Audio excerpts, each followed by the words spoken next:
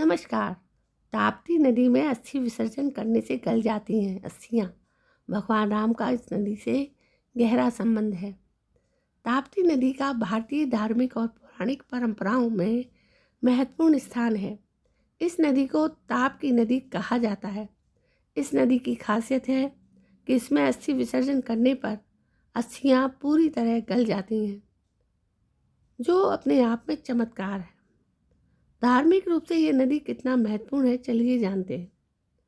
भारत में कई ऐसी नदियां हैं जिसका पौराणिक और धार्मिक महत्व है और जिसकी अपनी कुछ खासियतें हैं।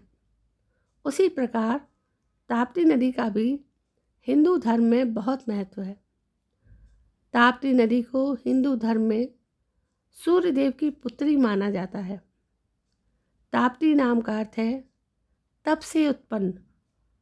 मान्यता है कि सूर्य देव ने अपनी अत्यधिक गर्मी को नियंत्रित करने के लिए अपनी शक्ति से ताप्ती का निर्माण किया। यह नदी जीवन और शीतलता का प्रतीक मानी जाती है। ताप्ती नदी का उल्लेख प्राचीन शास्त्रों और पुराणों में मिलता है। ताप्ती नदी का उल्लेख महाभारत और विभिन्न पुराणों, विशेषकर स्कंद पुराण में मिलता है। धार्मिक मान्यताओं के अनुसार इसके जल में स्नान करने से पाप का नाश होता है और आत्मा शुद्ध होती है। ताप्ती को भी ऐसी नदी माना जाता है जो मोक्ष प्रदान करती है। ताप्ती नदी में अस्थि विसर्जन करने का विशेष महत्व है। यह माना जाता है कि इसमें अस्थि विसर्जन से आत्मा को मोक्ष की प्राप्ति होती है। इसके अलावा यह भी कहा जाता है कि ताप्ती नदी में अस्थि विसर्जन करने से अस्थियां गल जाती हैं, जिस कारण कई लोग अपने परिजनों का अस्थि विसर्जन करने यहाँ जाते हैं।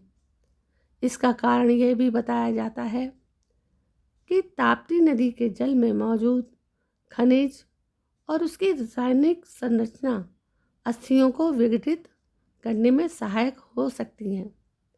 इसके जल में प्राकृतिक गुण और अम्लीयता हो सकती है, जो अस्थियों को धीरे धीरे घोल देती है।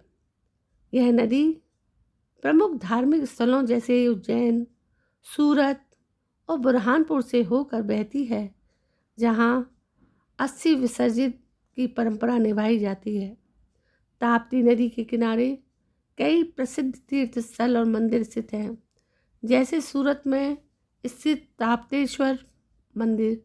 इन स्थानों पर भगवान शिव और देवी ताप्ती की पूजा होती है। ताप्ती नदी के किनारे मकर संक्रांति, कार्तिक पूर्णिमा और अन्य पवित्र त्योहारों पर स्नान का विशेष महत्व है। इन दिनों पर भक्तगण बड़ी संख्या में ताप्ती के घाटों पर एकत्र होकर पूजा अर्चना करते हैं। भगवान राम और ताप्ती नदी का बहुत पुराना संबंध है। रामायण के अनुसार जब भगवान राम 14 वर्षों के वनवास पर थे तो उन्होंने ताप्ती नदी के किनारे कुछ समय बिताया। भगवान राम ने ताप्ती नदी के पास स्थित वन क्षेत्रों में तपस्वियों और ऋषियों के साथ संवाद किया। इन क्षेत्रों में उन्होंने कई धार्मिक अनुष्ठान भी किए। ताप्ती का पवित्र जल उनके लिए आध्यात्मिक साधना और ध्यान का एक साधन बना।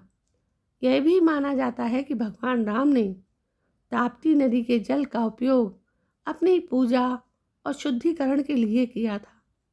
रामायण में ताप्ती नदी को एक पवित्र स्थान के रूप में वर्णित किया गया है, जहाँ ऋषि मुनियों ने तपस्या की थी।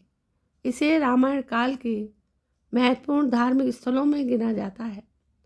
ताप्ती महापुराण के अनुसार ताप्ती नदी में अस्थियां विसर्जन करने से अस्थियां पानी में घुल जाती हैं। इसलिए भगवान राम ने भी ताप्ती के नागझिरी घाट पर अपने पिता दशरथ का श्राद्ध किया था। तो इसलिए भी ताप्ती नदी बहुत महत्वपूर्ण है। दोस्तों, ये जानकारी आपको कैसी लगी? ताप्ती नदी की महानता और पवित्रता की जानकारी बहुत खास है। तो ये आपको कैसी लगी?